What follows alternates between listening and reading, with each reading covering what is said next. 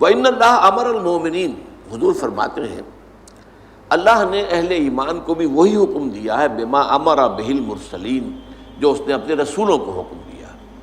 اب یہاں دیکھیے کہ حضور سورہ مومنون کی ایک آیت کوٹ کر رہے ہیں، سورہ مومنین کی آیت نمبر 51 ہے، یا ایھا الرسل کلوا من الطیبات واعملوا صالحا، اے میرے رسولو پاکیزہ چیزیں کھاؤ اور عمل نیک کرو۔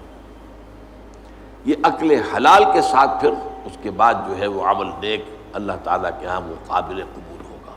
کلوا من الطیبات واعملوا صالحا۔ وقال، اور ایک دوسری آیت بھی آپ نے کوٹ کی، یہ سورہ بقرہ کی آیت نمبر 172 ہے، یا ایھا الذین آمنوا کلوا من طیبات ما رزقناکم، دیکھو کھاؤ ان پاک چیزوں میں سے جو ہم نے تمہیں دی۔ گویا کہ عقل حلال، رزق حلال، رزق طیب، حلال و طیب، یہ ہے در حقیقت جس کا حکم دیا جا رہا ہے، رسولوں کو بھی دیا گیا اور اہل ایمان کو بھی دیا گیا۔ ثم ذکر، اب یہ ہے اس حدیث کا وہ ٹکڑا کہ جو لرزہ طاری کر دینے والا ہے۔ پھر حضور نے ذکر فرمایا الرجل، ایک ایسے شخص کا یطیل السفر، جو بڑا لمبا سفر کر کے آیا ہے۔ حدیث میں صراحت نہیں ہے لیکن گمان یہ ہے کہ یہ حج کا سفر ہے۔ ایک شخص دور دراز سے اور احرام باندھ کے آیا ہے، اور ظاہر بات ہے کہ اس زمانے میں سفر جو ہے، فرض کیجئے کوئی شخص مدینے سے چل کر آیا ہے مکہ حج کرنے کے لیے، تو 7 دن کا سفر تو اس کا ویسے ہی ہے اونٹ کے اوپر۔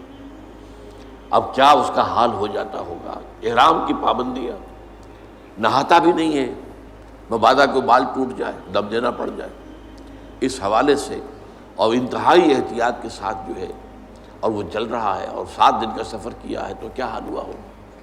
کپڑے میلے بوسیدہ، احرام میلا اور بوسیدہ ہو گیا ہوگا، بالوں کے اندر جو ہے وہ پراگندہ ہوں گے بال۔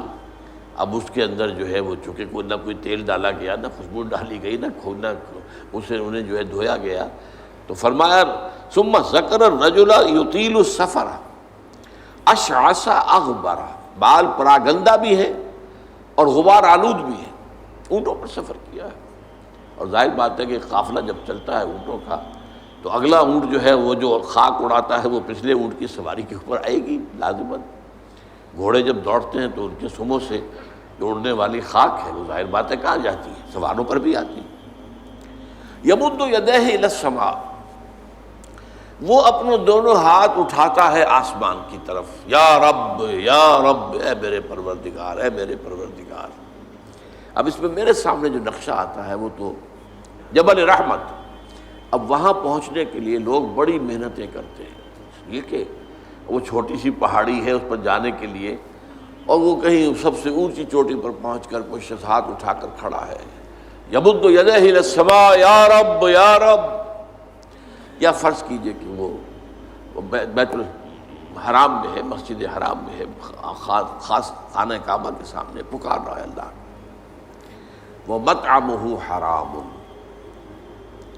حال یہ ہے کہ جو اس کا کھایا ہوا ہے پیٹ میں وہ حرام ہے، وَمَشْرَبُهُ حَرَامٌ، اور جو اس کا پیا ہوا ہے وہ بھی حرام ہے، وَمَلْبَسُهُ حَرَامٌ، اور جو اس کا لباس ہے احرام، بہت قیمتی تولیوں کا وہ جو احرام ہے وہ بھی حرام کی کمائی سے آیا ہے۔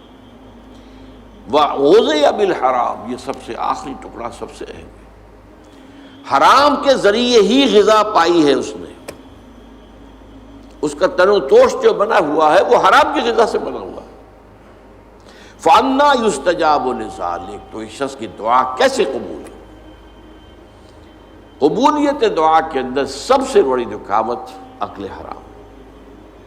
آپ دعا کرتے رہے اللہ سنے گا ہی نہیں، اَنَّىٰ يُسْتَجَابُ لِذَٰلِکَ، کہاں سے، کیسے، قبول کیسے ہو؟ وہ تو تم خود اپنی اس دعا کے راستے میں سب سے بڑی رکاوٹ ہو۔